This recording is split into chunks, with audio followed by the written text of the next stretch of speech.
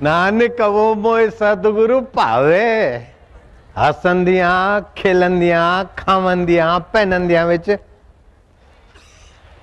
कर देवे मुक्त। और मुक्त होने का सुंदर उपाय है कि आश्रय जो है ना वो आनंद स्वरूप का लो, आश्रय है ना वो सुख स्वरूप का लो, आश्रय है वो ज्ञान स्वरूप का लो, आश्रय जो है वो नित्य स्वरूप का लो, और आश्रय जो है ना शाश्वत लो। तुम चिंता नहीं करना, मैं बैठा हूं, छाती ठोक के गया, आधा घंटे में फोन आया कि सेठ एक्सपायर्ड हो गए, हार्ट अटैक हो गया, उसका आश्रय क्या लो भाई।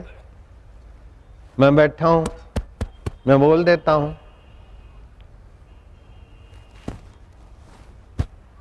डिप्यूटी पीएम की हैसियत रखता हूं, हो जाएगा। लेकिन गए तो पार्टी में खींचा खींची हुए किनारे लग गए।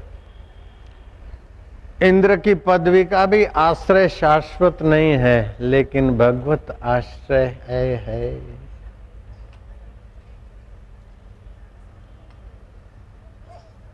भगवत आश्रय के सिवाय कोई भी आश्रय, यहां तक कि साधन भजन और तपस्या का आश्रय भी शाश्वत आश्रय नहीं। रुपए पैसों का आश्रय तो एकदम बेवकूफी है।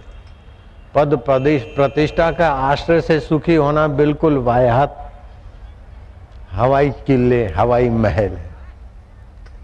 रिद्धि सिद्धि का आश्रय भी ऐसे ही है। रिद्धि सिद्धि तो हनुमान जी के पास थी, हाँ, उड़ना जानते थे और राम लक्ष्मण को उड़ा के ले जाते, रूप बदलना भी जानते थे।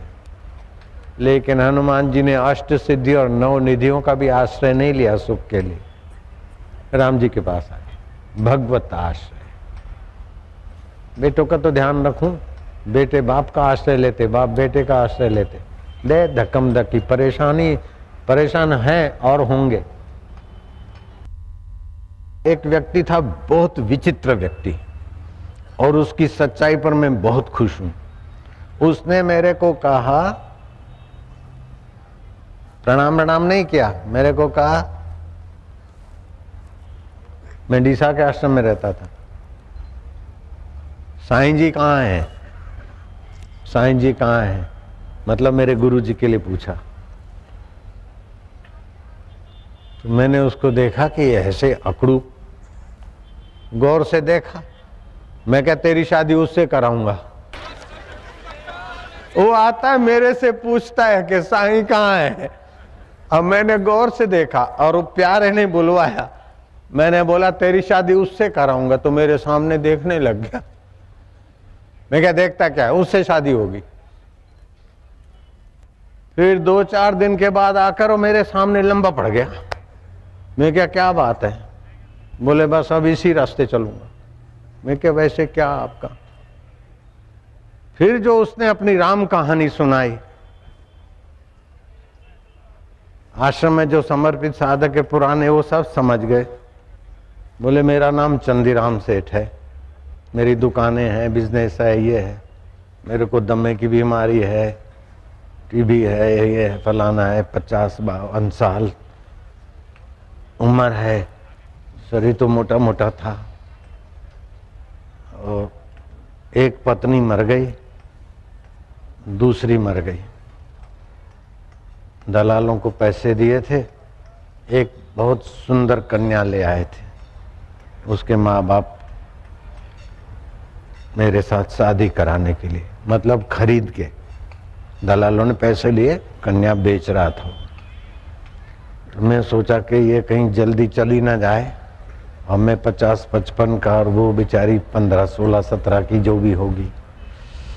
तो मैं शादी की तैयारी थी, तो मन में हुआ लीलाशाह साईं का आशीर्वाद ले आऊं, क्योंकि मैं एक ऐसा आदमी हूं कि मेरी पहली पत्नी या दूसरी बीमार होती, पालनपुर में भर्ती होती, तो मैं डीसा से पालनपुर में चला जाता और हॉस्पिटल में पत्नी के सानिध्य के कारण मैं भी एडमिट हो जाता। मैं ऐसा आदमी, उसकी सच्चाई का मैं स्वागत करता हूं। मैंने पूछा नहीं, लेकिन उसने ये बात बताई। लोगों के सामने भी बताई। तो ये 2 पत्नियां ऐसे मर गई, तो सोचा ये कहीं जल्दी न चली जाए, इसलिए लीलाशाह बापू का आशीर्वाद ले आऊं। मैंने तो आपको बोला नहीं था और आपने मेरे सामने देख के कुछ, तुम्हारी शादी उससे कराऊंगा, तो मेरे को कुछ माचा ही न हो सका, मैं बोल नहीं सकता हूं। मैं घर गया और मैंने भाई को और दलालों को कहा कि मुझे शादी नहीं करनी। तो बोले तुम्हारा दिमाग तो ठीक है ना, 2 भाई, एक भाई बड़ा था मेरा, एक छोटा, नारायण दास छोटा, कृपाल दास बड़ा। दोनों ने कहा, और जो दूसरे लोग थे, मैं क्या नहीं, मेरे बहुत आग्रह किया। तो मैंने कहा अच्छा पति पत्नी बनना ही है तो मैं पहले उसके साथ एक कमरे में कोशिश करूं, अगर मेरे को संसारी भाव आ जाए, काम बेकार। तो मेरे को कमरा मिला, अपना ही कमरा था, और वो लड़की खूबसूरत थी। और जो अपनी पत्नी के साथ कर्म किया जाता है, आप समझ गए, जो पत्नी के साथ शादी करते हैं, जो कर्म किया जाता है, आप समझ रहे हैं? अरे समझ रहे कि नहीं समझ रहे हैं? नहीं समझ रहे तो मूर्ख हो, समझ रहे हो और समझते हुए भी यूं कर रहे हो तो बेईमान हो। समझ रहे तो हाँ बोलो। ये बात तो जल्दी समझ में आती, लेकिन मैं जो समझाना चाहता हूं वो समझ ले। मैं जो समझाना चाहता हूं इन छोटी बातों के पीछे, वो समझ ले भैया, तेरा तो भला हो जाएगा। तेरी मीठी निगाहों से लोगों का शोक मोह दुख दूर हो जाएगा और भगवत रस मिलेगा। तू इतना महान हो सकता है। लाला लालियां, बहनें, माताएं, नारायण नारायण नारायण नारायण। आपको ऐसा तो नहीं लगता बापूजी कुछ पी के आए?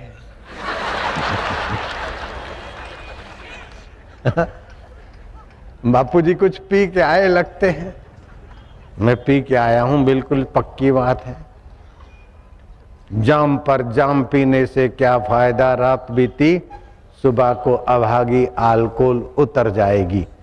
तू हरि नाम की प्यालियां पिया कर, तेरी सारी जिंदगी सुधर जाएगी, सुधर जाएगी। अपन चलते फिर गुजरात, हाँ, डीसा में मैं 7 साल रहा, कुटिया में। उस बीच नैनीताल की यात्रा होती थी और आबू की गुफा में साधना के लिए।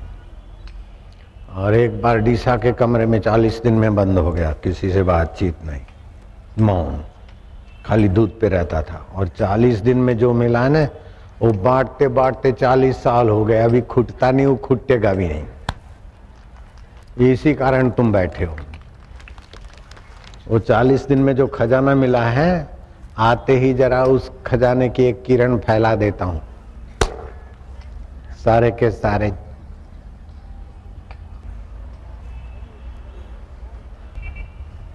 बता दूं वो बात जरा छोटी है, बता दूं?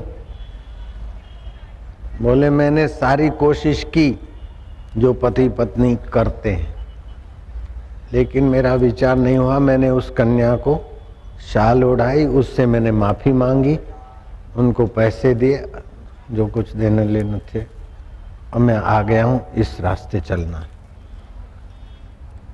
तो उसकी 2 बेटियां थी, अगली औरतों में से 2 बेटे थे, 3 बेटे 2 बेटियां, कोई 5 साल का, कोई 7 साल का, कोई 9 साल का, कोई 11 साल का। आ गया तो आ गया। ऐसा आश्रय लिया, मुड़ के देखा नहीं। और उसके बेटे की शादी, बेटा तो 9वीं 10वीं पढ़ा, उसकी शादी हुई MA पढ़ी बड़े खानदान कन्या से। उसकी बेटी की शादी भी बड़े ग्रेजुएट और खानदान से हुई। ईमानदार भक्त तो भगवान से संसारी चीजें नहीं मांगेगा। वो भगवान का भक्त नहीं है, संसारी चीजों का भक्त है। जो संसार की चीजों के लिए भगवान की भक्ति करता है, तो जो काम की, क्रोध की, कपट की, बेईमानी की शरण लेते, उससे वो उसको मैं 1000 बार शाबाश दूंगा कि भगवान की शरण लेके संसार चाहता है। लेकिन भगवान को समर्पित नहीं है, बेईमान है। क्या ख्याल है? अगर भगवान को समर्पित हो तो भगवान से ए दे दो तो भगवान का मूल्य कम हो गया, वस्तुओं का मूल्य ज्यादा हो गया। ऐसी बेईमानी हम लोग करते हैं, इसलिए भगवान नहीं मिलते। मैं ये बात समझाने के लिए इतनी सारी भूमिका बनाया। हम भगवान का आश्रय नहीं लेते, हम आश्रय लेते हैं विषय विकारों का, वाहवाही का, कूड़ कपट का, बेईमानी का आश्रय लेते। अथवा भगवान को हम नहीं चाहते और भगवान को चाहते भी हैं, तो वो 3 प्रकार के लोग होते हैं। एक तो भगवान को चाहते हैं कि मुझे संसार की चीजें मिल जाए, भगवान की शरण लेते लेकिन संसार की चीजें मिल जाए और बाद में भी मैं सुखी रहूं, तो वो सुख को चाहते हैं, स्वर्ग के सुख को, वैकुंठ के सुख को। तो भगवान को कहाँ चाहा? भगवान को तो बनाया पिट्ठू, हमारे ये बोझा उठा, और भगवान पिट्ठू बनने के लिए भी तैयार होते हैं। जैसे बच्चे की खुशी के लिए बाप नहीं पिट्ठू बन जाता है। भगवान ने गीता में कहा है, योगक्षेम वहामि हम, जो मेरी शरण आता ने उसका योग और क्षेम का मैं वहन करता हूं, उठाता हूं। तो श्रीधर स्वामी को भगवान पर दया आ गई। बोले भगवान ने युद्ध के मैदान में जल्दी जल्दी में कहा होगा, वहन क्या करेंगे, वो तो दाता है, पिट्ठू काहे के बनेंगे, पिट्ठू वहन करेगा।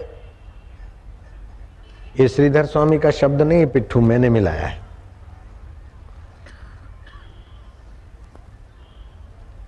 और मैं जब कुछ बोलता हूं और अंदर में खटकता है कि ये अपना नहीं, तो सच्चाई से बोलता हूं तो बड़े भगवान प्रसन्न होते हैं।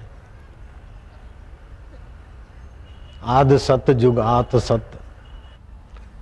श्रीधर स्वामी ने वहामी शब्द पर लकीर मार दी और लिख दिया ददामी, और उस पर व्याख्या टीका लिखने वाले थे, बड़े विद्वान संत थे, और अयाचक व्रत था, कोई दे जाए तो खाना, नहीं तो उपवास, हरि की इच्छा, ऐसे थे। वो स्नान करने गए और वो एक छोटा सा बालक, घिंगुरुले बाल है महाराज, अपने सिर पर गठरी लेकर, माताजी उतरवाओ। क्या है? बोले खिचड़ी है, मतलब चावल और हरी दाल मूंग की, तुम्हारे घर में नहीं है, इसलिए मैं वहन करके आया हूं। डाला, वो डब्बा भर गया। माई ने गौर करके, बेटे तेरे को कैसे पता चला? बोले मैं ध्यान रखता हूं। तू ध्यान रखता है? तेरा बाप कौन है? बोले चाहे कोई बन जाए।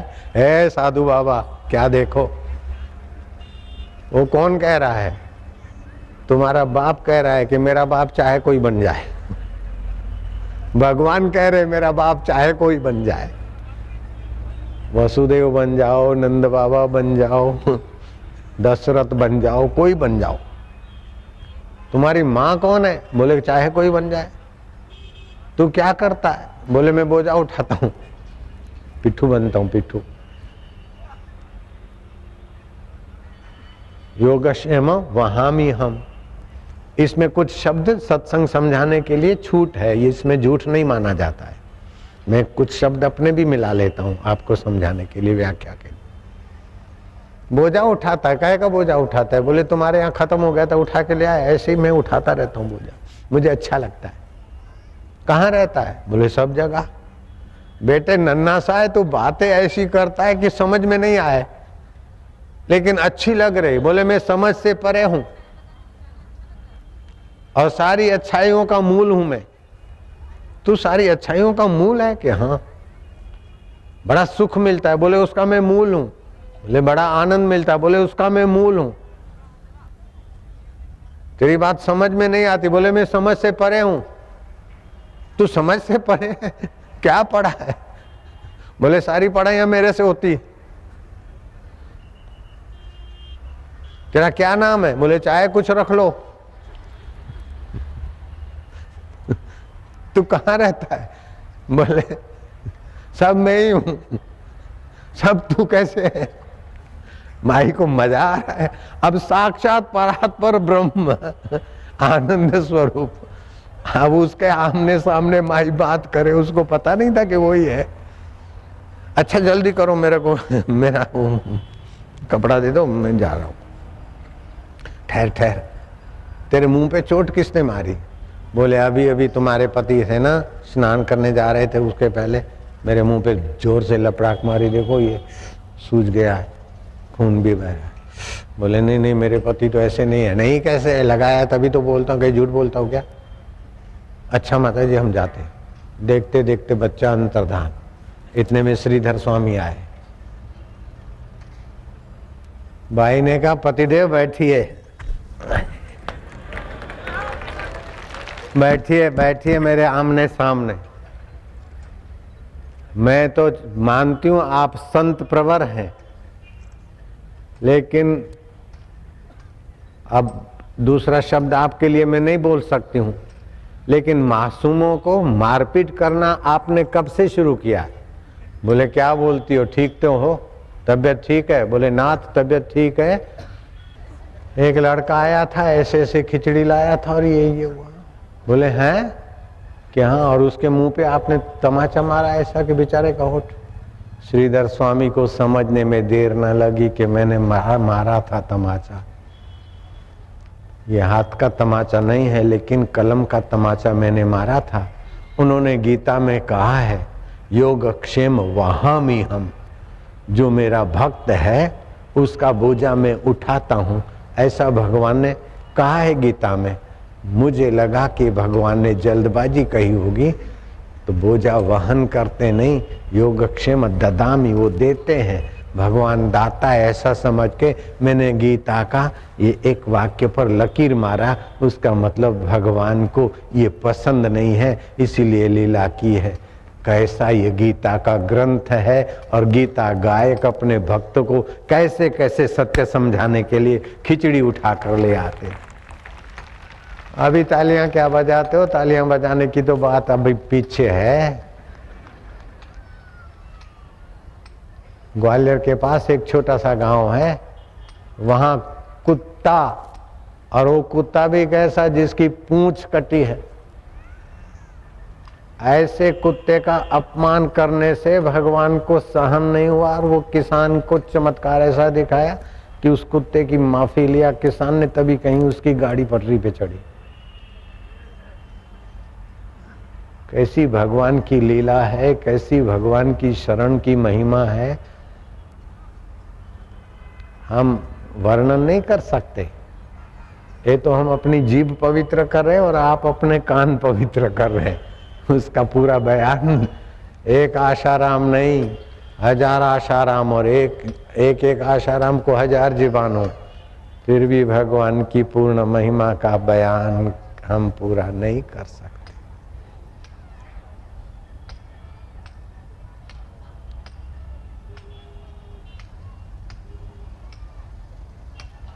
और वो भगवान करुणा वरुणालय कृपा करके भारत में अवतार लेकर जो निराकार निर्गुण है वो साकार हो जाते,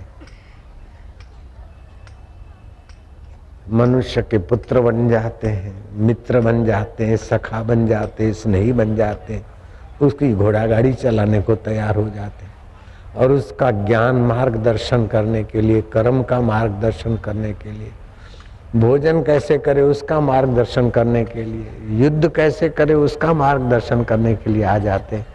ये हिंदुस्तान कितना बड़भागी है, और हिंदुस्तान में जन्मे लोग कितने सौभाग्यशाली है कि यहीं भगवान के साकार अवतार हुए और जगह नहीं हुए। चीन की दीवार मशहूर है, कुवैत का पेट्रोलियम मशहूर है, अमेरिका के डॉलर मशहूर है, लेकिन भारतीय संस्कृति अभी भी विश्व मानव का मंगल करने के लिए अभी भी अपने आप में मशहूर है और सक्षम है।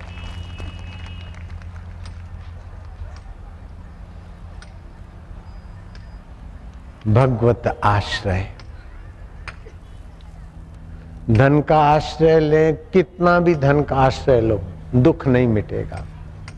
सत्ता का आश्रय लो, निश्चिंत जीवन नहीं मिलेगा। सुंदर सुंदरियों का आश्रय लो, जल्दी कमर टूटेगी, जल्दी मरेंगे।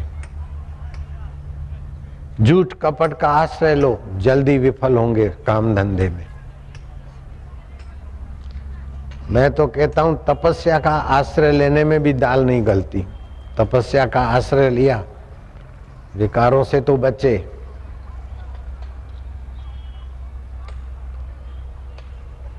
प्राणायाम से पाप नाश होते, धारणा से विकार क्षीण होते हैं, ध्यान से शक्तियां विकसित होती है। लेकिन इसमें भी अपना बल है ना, अपने बल का आश्रय है ना। तो ये साधन से जो मिलेगा वो साधन छूटेगा तो फिर धीरे धीरे खत्म हो जाएगा। मैं डीसा में साधना करता था और गुरुजी की आज्ञा हुई कि थोड़ा थोड़ा सत्संग किया करो, तो वाराही सत्संग करने के लिए गया था पहली बार। तो सत्संग में एक संत बूढ़े बुजुर्ग आए थे और बाद में निवास पर आए और मेरे सामने खूब रोए। बोले मेरा सर्वस्व लुट गया। तो मैं थोड़ा शांत हुआ और उनके सामने मैंने देखा। मैंने कहा महाराज, तुमने एकाग्रता के लिए त्राटक किया है। तो उसकी और श्रद्धा बढ़ गई कि उस समय में बापूजी नहीं था, 24 साल का युवक साधु ब्रह्मचारी।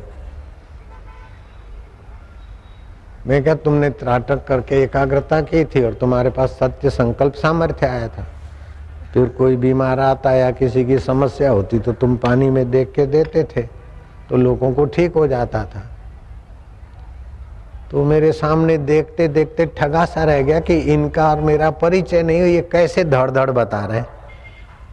मैं क्या बताता हूं, मैंने जिसका आश्रय लिया था वो अंदर से स्फुरित कर रहा था। भगवान की सर्वव्यापकता तो है ना प्रभु की।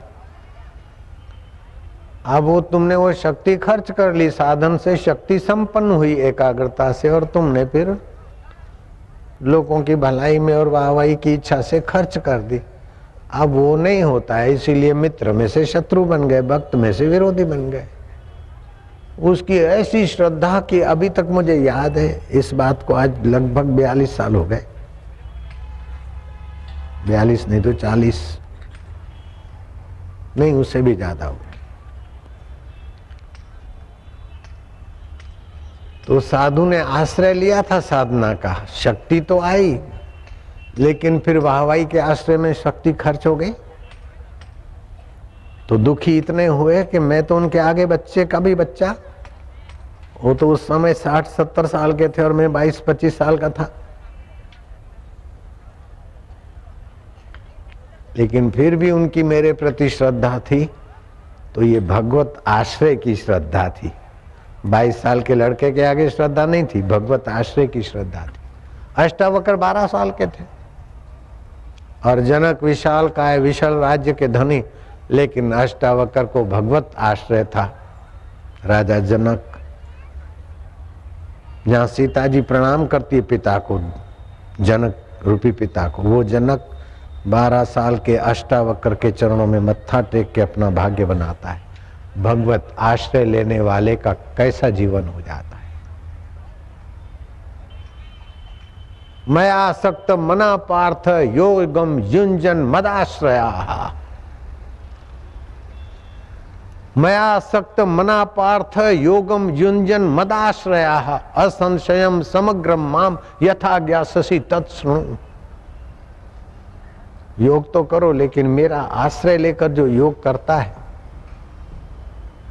उसको मैं अपने पूरे अपने स्वरूप का अपना परिचय पूरा बताना चाहता हूं। जब भगवान अपना परिचय दे तो कितना सुगम सरल और उसमें संकल्प होगा। मैं मूर्ति की पूजा करता था, फिर गुरु का आश्रय लिया और गुरु ने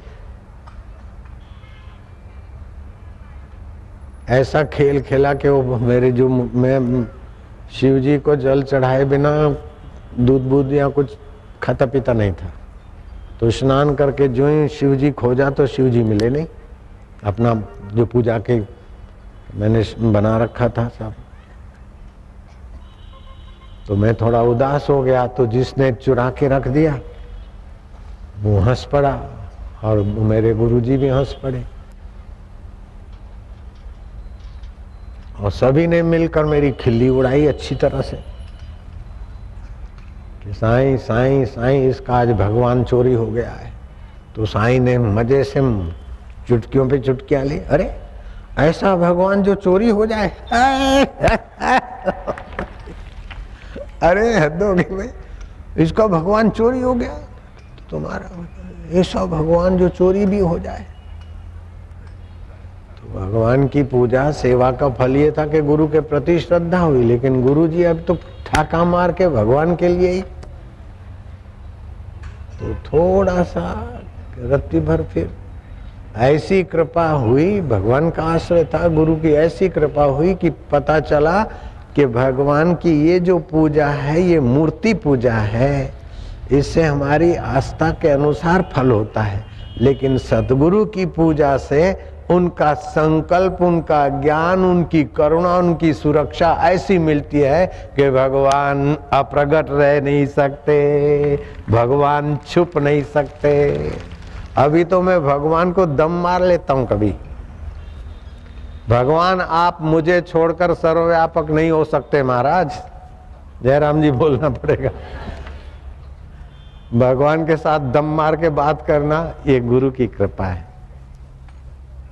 गुरु भगवान की कृपा है, भगवान की और गुरु भगवान की कृपा। भगवान को कह दें कि प्रभु जी ब्रह्म परमात्मा आप हमको छोड़कर सर्वव्यापक नहीं रह सकते, हमारे सहित हो तो हम आपके हैं। भले हम आपके हैं ऐसा नहीं माने, फिर भी महाराज आप तो जानते हैं कि सभी आपके हैं, कृपा करियो।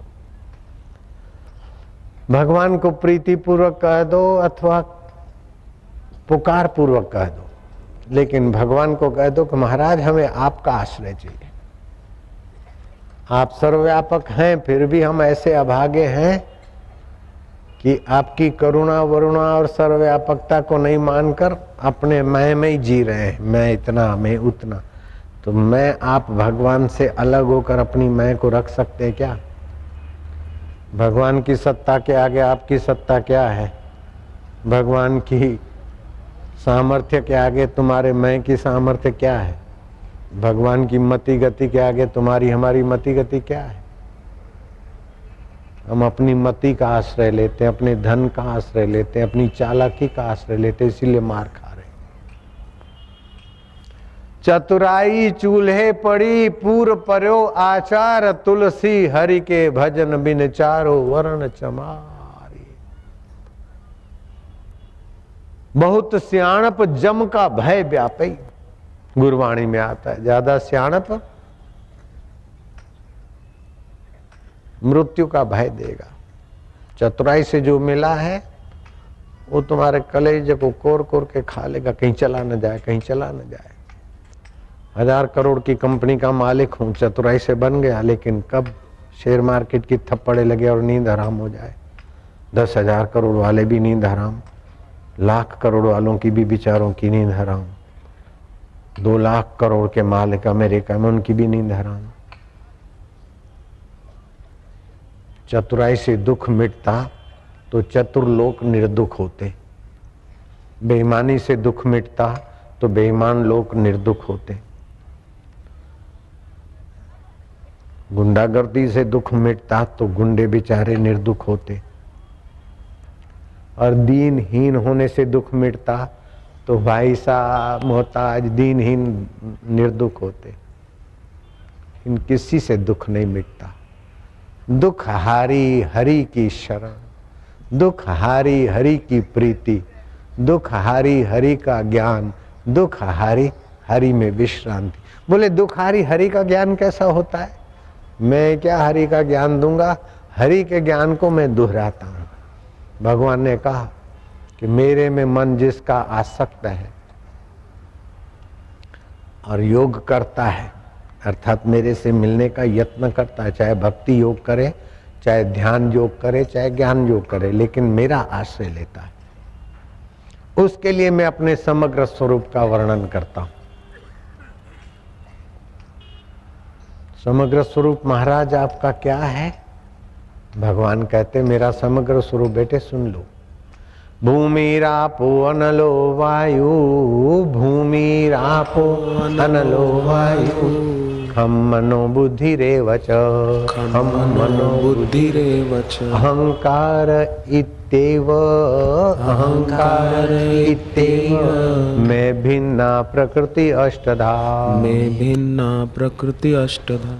भगवान के साथ आप पहले थे, अब भी हैं, बाद में रहेंगे, लेकिन उस साथ की स्मृति नहीं है, इसलिए हम परेशान हो रहे हैं। हमारी परेशानी मिटाने के लिए कृपानाथ ने कृपा की कि अष्टधा प्रकृति है, 5 भूत, मन, बुद्धि और अहंकार, ये भगवान की अष्टधा प्रकृति है। जो भगवान की अष्टधा प्रकृति है वो तुम्हारी भी तो अष्टधा प्रकृति है। पंच भौतिक शरीर बदलता है, आप उसको जानते हैं। मन, बुद्धि और अहम बदलता है, आप उसको जानते हैं। तो बताओ, परमात्मा की जो व्यापक ब्रह्म की जात है वही तुम्हारे आत्मा की जात हुई कि नहीं हुई? ये अभी खाली शब्दों में आप मानोगे। इस ज्ञान को स्वीकार कर लो और इस प्रकार से आप थोड़ा सा गहरे में जाओ तो ज्ञान अनुभव में आएगा, तो हो जाएगा विज्ञान। तो गीता ने कहा ज्ञान विज्ञान तृप्तात्मा कूटस्थो विजितेन्द्रिया युक्ता इति उच्यते योगी समलोष्टाश्रम कांचना। उस ज्ञान विज्ञान से तृप्त होकर कूटस्थ साक्षी स्वरूप ब्रह्म में डटा हुआ, उसके लिए लोह और सुवर्ण सब समान हो जाता है।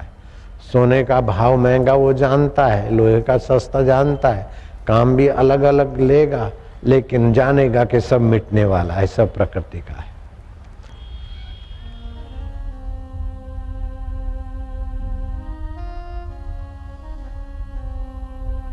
रामायण में लिखा है संकट भारी, लेकिन मैं कहता हूं हमारी मूढ़ता के कारण संकट आ रहे। दीन दयाल बिरद संभारी, हरऊ नाथ मम मूढ़ता भारी। तुम सर्वेश्वर हो, परमेश्वर हो, सुहृदम सर्वभूतानां, प्राणी मात्र के सुहृद हो। इतना हम सुनते हैं, जानते हैं, मानते थोड़ा बहुत है, लोगों के आगे भाषण भी कर लेते हैं, उपदेश भी दे देते हैं, लेकिन महाराज हम आपका आश्रय छोड़कर दूसरे का आश्रय लेते हैं, ये हमारी मूढ़ता है। दीन दयाल बिरद संभारी, हरऊ नाथ मम संकट भारी। ये चौपाई का हम आदर करते हैं, लेकिन हम अपनी प्रार्थना भी मिलाते। हरऊ नाथ मम मूढ़ता भारी।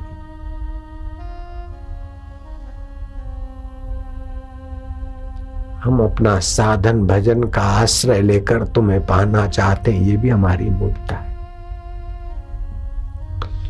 हम साधन तपस्या करके संसार की सुविधाएं चाहते हैं, तुम शाश्वत हो और तुम्हारा उपयोग हम नश्वर के लिए करते हैं, ये भी हमारी मूढ़ता है। हम कूड़ कपट का आश्रय लेकर सुखी होना चाहते हैं महाराज, ये भी हमारी मूढ़ता है। धन के आश्रय से हम सुखी होना चाहते हैं, ये हमारी मूढ़ता है। सत्ता के आश्रय से हम सुखी रहना चाहते हैं। कई सत्ताधीश बेचारे चले गए कहराते हुए, ये हमारी मूढ़ता है प्रभु जी।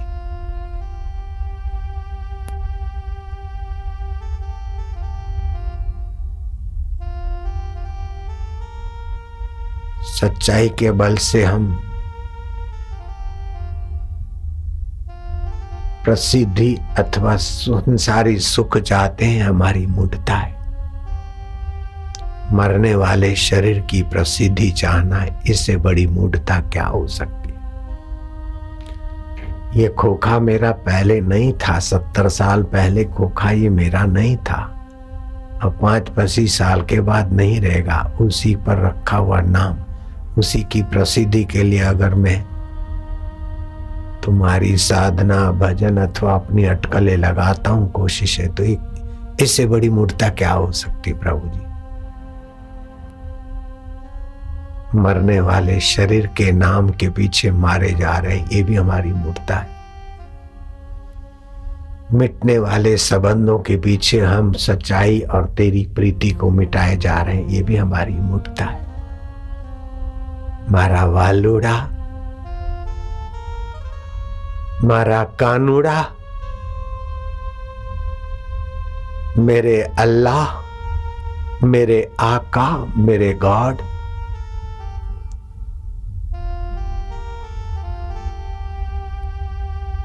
हमारी मूढ़ता हरने की कृपा करो। हमें अपनी शरण में, अपने आश्रय में लो। हम आपका आश्रय ले, मद आश्रया। योगम युंजन मदाश्रया। हम योग करें लेकिन तुम्हारा आश्रय ले। सेवा योग करें, ध्यान योग करें, कर्म योग करें, ज्ञान योग करें, लेकिन तेरा आश्रय। ऐसी तू ही कृपा कर प्रभु जी।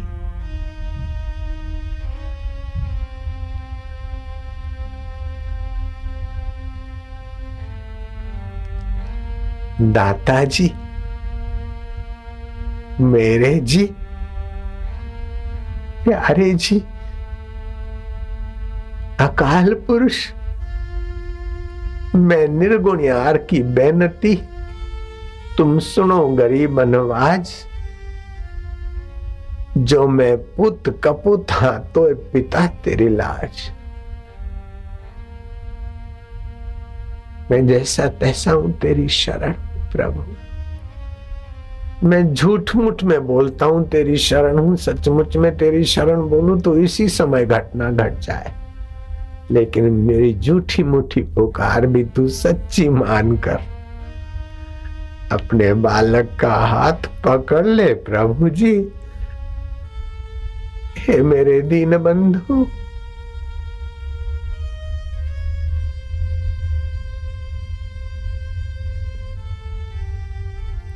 हे कृपा सिंधु,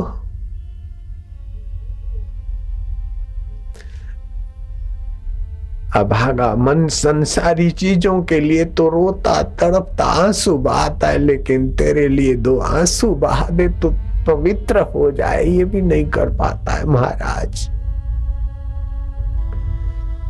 वृंदावन में हाथी बाबा बड़े उच्च कोटि के थे। बोले मूर्खो, भगवान के लिए तड़फो, रो। बोले बाबा रोना नहीं आता। बोले झूठ मूठ में ही रो लो। झूठ मूठ में रोना चालू किया, एक आध भक्त को सच्चा रोना आया और सारे के सारे भक्त पावन हो गए।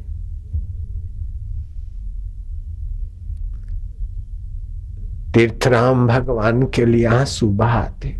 उनकी पत्नी जानती थी कि भगवान के लिए तड़पते तड़पते रात को लेट जाते, फिर उठते, फिर तड़पते।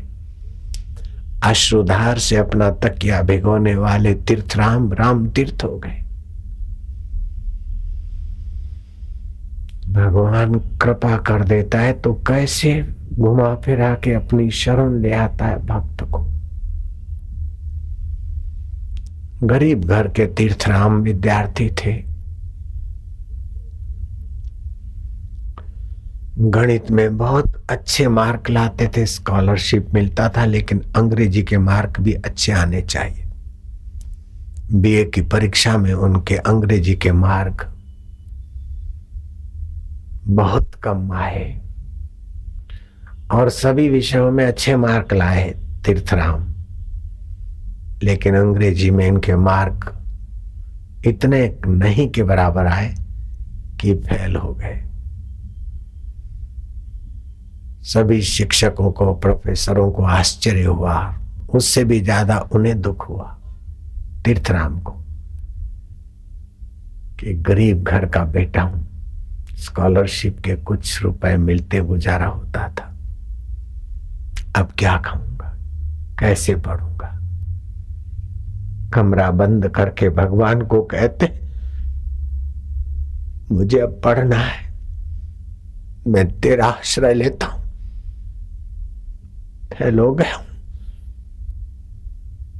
लेकिन पढ़ना है, एमए करना है, डबल एमए करना है।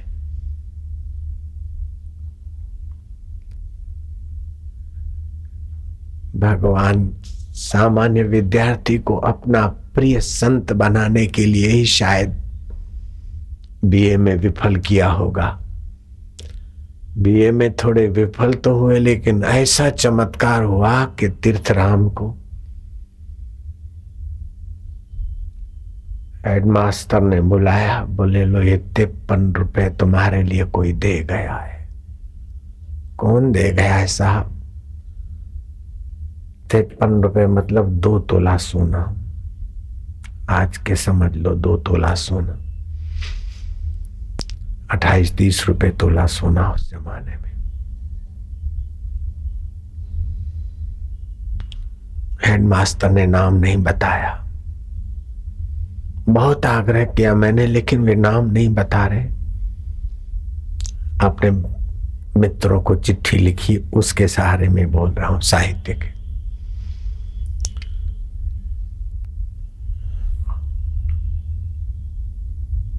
फीस के लिए आधे जमा कर लो। प्रिंसिपल साहब बोले नहीं, तुम रखो, गरीब विद्यार्थी का आश्रय, आजीविका का उसने कर लिया प्रभु ने। पढ़ते पढ़ते एमए डबल एमए हुए, लाहौर कॉलेज में गणित के प्रोफेसर की नौकरी मिली। गरीबी क्या होती है वो जानते थे। शादी हो गई,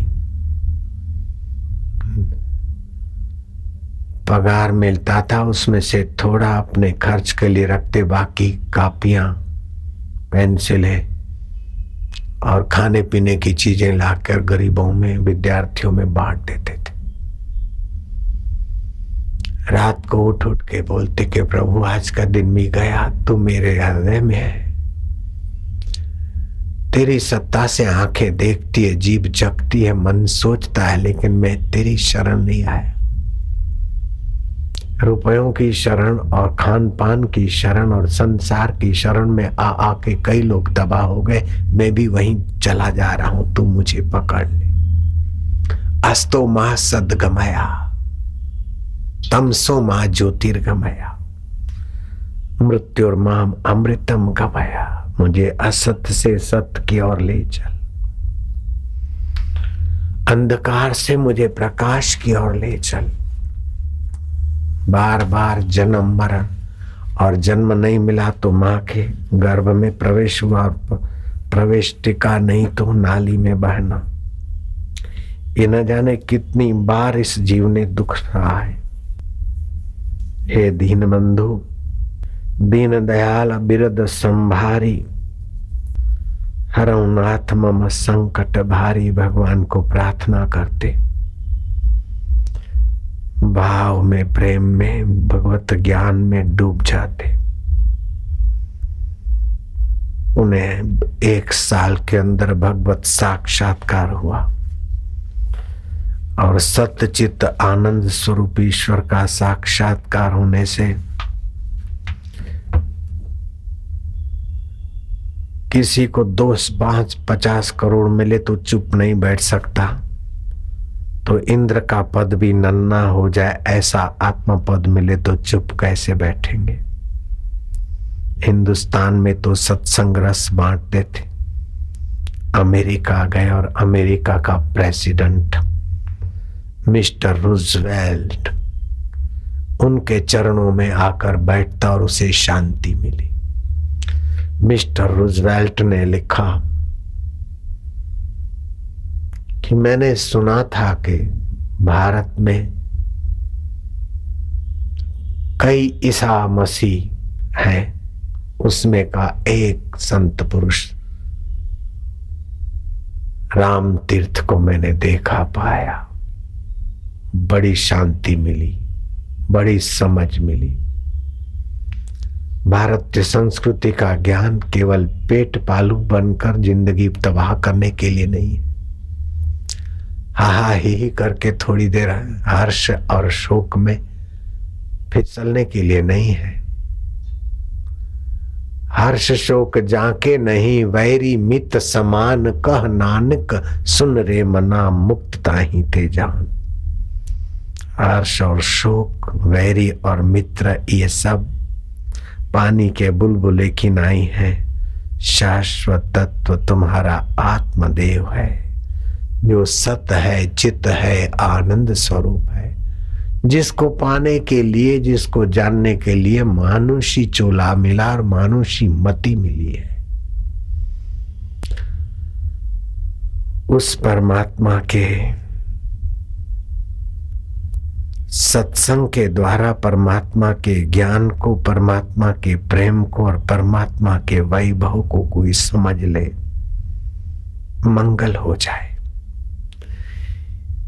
आप भोजन करते हैं, ये आपकी संपत्ति है, लेकिन भोजन में से खून बनता ही आपकी आत्मा का वैभव है।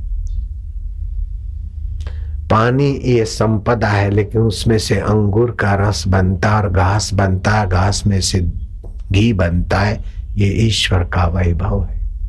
घास में से दूध, दूध में से घी, ये ईश्वर का वैभव है। यत्र योगेश्वर कृष्ण यत्र पार्थ धनुर्धर तत्र श्री भूति ध्रुवानिति में मति। पुरुषार्थ करे जीव का काम है और आश्रय ईश्वर का ले। अपने पुरुषार्थ का आश्रय लेकर, भोग का आश्रय लेकर कई तबाह हो गए, लेकिन पुरुषार्थ करे और भगवत आश्रय, भगवत आश्रय से जो मिले वो भगवत प्रसाद जामती बनाने के लिए आपका तो मंगल होगा, आपके संपर्क में आने वालों का भी मंगल होगा। जैसे राजा जनक राज्य करते थे, राजा का भी भला और प्रजा का भी भला। विषधरों को भी गहराई में चैतन्य परमात्मा अमृत स्वरूप है, ऐसी निगाह विषधरों के विष को भी शांत कर देती है। और उसका नमूना है शिव जी ने विषधर अपने गले में, भुजाओं में लटका रखे, कहाँ काटते शिव जी को। आपके अंदर ऐसा अमृत स्वरूप ईश्वर का ओज है कि विषधर का विष भी आपके लिए नहीं, दुश्मनों की दुश्मनी भी आपके लिए मुसीबत नहीं बन सकती। आपके अंदर ऐसा परम बल, परम पावर छुपा है। कबीरा यह जग आए के बहुत से कीने, मीत जिन दिल बांधा एक से वे सोए निश्चिंत। आप उस एक भगवत आश्रय से दिल बांधो। रात को सोते समय उसकी स्मृति करके उसी में शांत हो जाओ। सुबह उठते समय उसी में थोड़ा गोता मारो, फिर अपने कार्यकलाप करो और बीच बीच में उसके आश्रय से आप यात्रा करो, तो आपके सारे कर्म योग हो जाएंगे, आपके भाव भक्ति योग हो जाएगा, आपका ज्ञान योग हो जाएगा। जो पति, जो पत्नी, जो भी कोई जो हमें भगवान से दूर करते हैं और संसार के चस्के में लगाते हैं, वो करोड़ों वैरियों की मूर्ति है। जैसे शरीर में करोड़ों बैक्टीरिया छुपे हैं, ऐसे करोड़ वैरी छुपे हैं उसमें। स्थूल शरीर में करोड़ों बैक्टीरिया, सूक्ष्म विचारों में करोड़ों वैरी छुपे। तजिए कोटि वैरिन सम यद्यपि परम स्नेह। मुझे कई लोग समझाने को आते थे, मेरा भाई डंडेरा पीटता था कि साधु बन जाएगा, मुझे अकेला छोड़ के जाएगा, आओ जरा समझाओ। तो कई रिश्तेदार आते समझाने को, कई उनके व्यापारी दोस्त आते समझाने को, और मुझे समझाते सुनाते। फिर मैं सुनता, क्योंकि बड़ा भाई है, हम छोटे थे, सुनना तो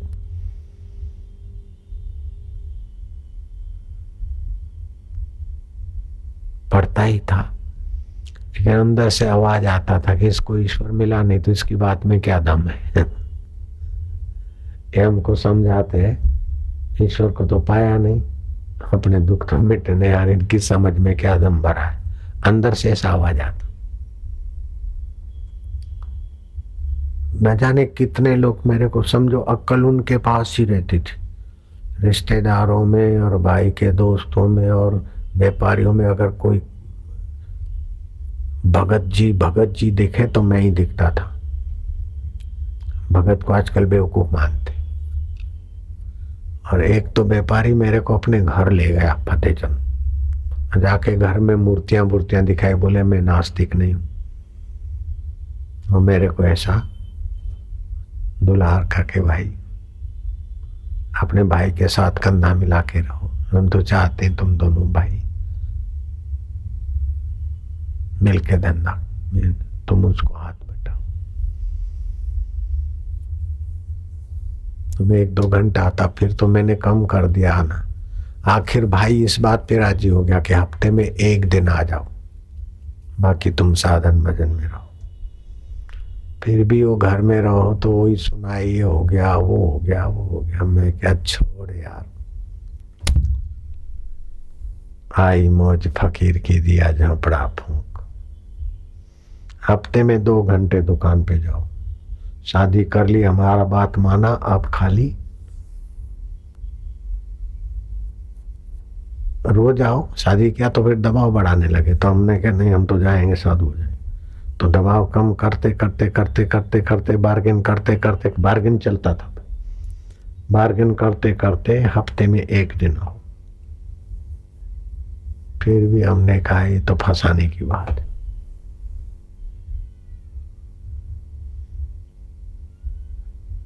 हमारी इज्जत को देखो, अपने घर है, कितना कमरा है, अपने कमरे में नहीं सोते और बाहर ग्राउंड में सोते हो, पड़ोसी क्या सोचेंगे। घर में सोए तो फिर पति पत्नी बनो और बेटे करो, ये करो, इसीलिए ग्राउंड में ही सोते, या तो एक दूसरा कार्यालय था वहां जाते। क्या पता मन कब धोखा दे। लेकिन बाबा जी आपने सुनाया, थैंक्स, हम तो वही करेंगे, चाहे 100 जूता खाए, तमाशा घुस के देखेंगे, और बापू जी हमारे अच्छे, ताली बजा देंगे तुम्हारे लिए, और क्या है। गुरुदेव की जय, आसाराम बापू जिंदाबाद बोल देंगे। भाईजान, मैं ये सुनने के लिए इतना परिश्रम नहीं कर रहा हूं। मैं इतना परिश्रम कर रहा हूं कि आपकी महानता की आपको भनक चल जाए। आप कितने महान हैं, कितने ऊंचे हैं, कितने ऊंचे खजाने के मालिक हैं, और कंगलों की नाई जौबर बन के भटक रहे।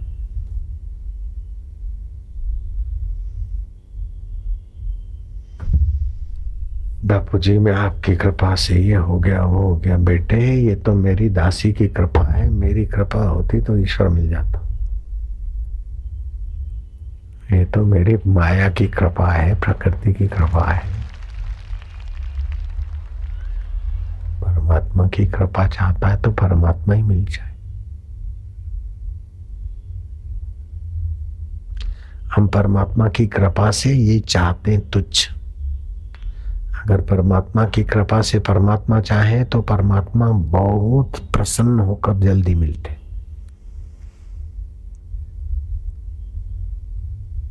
हम अपने साधन के बल से भी नश्वर चाहते हैं, भगवान की कृपा के बल से भी नश्वर चाहते, इसीलिए शाश्वत से वंचित रहते।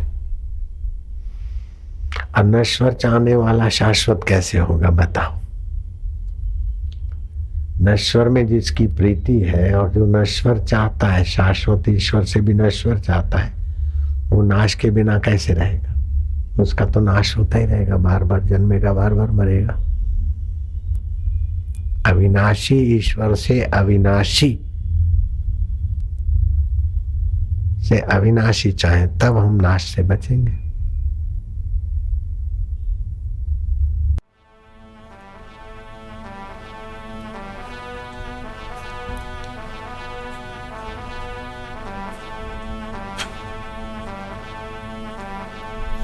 ओम ओम ओम ओम।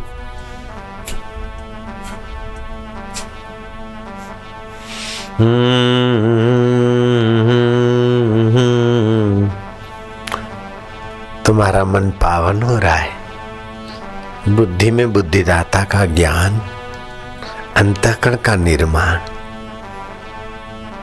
रक्त के कण और केंद्र भगवतमय हो रहे हैं। मो मो मो मो मो मो मो मो। 3 घंटे रोज ओमकार का जप करें, 3 घंटे ध्यान, 3 घंटे शास्त्र अध्ययन, 3 घंटे महापुरुष का सान, शीघ्र भगवत प्राप्ति।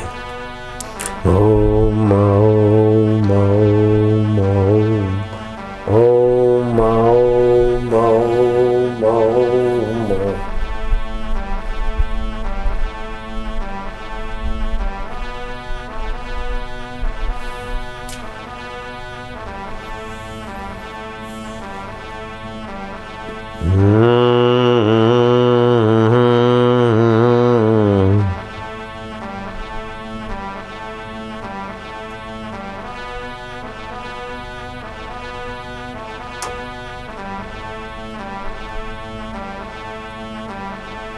ओम ओम ओम ओम ओम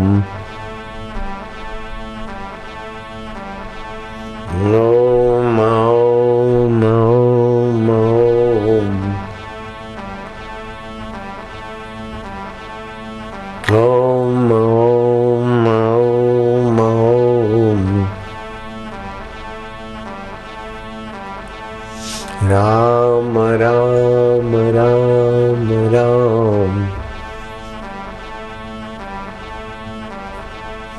ओम ओम। आनंद है, मस्ती है, माधुर्य है, रोग शोक पाप ताप सब निवृत्त होते हैं उस अंतर्यामी की मधुमय पुकार से, प्रार्थना से। महा जय जयकार है।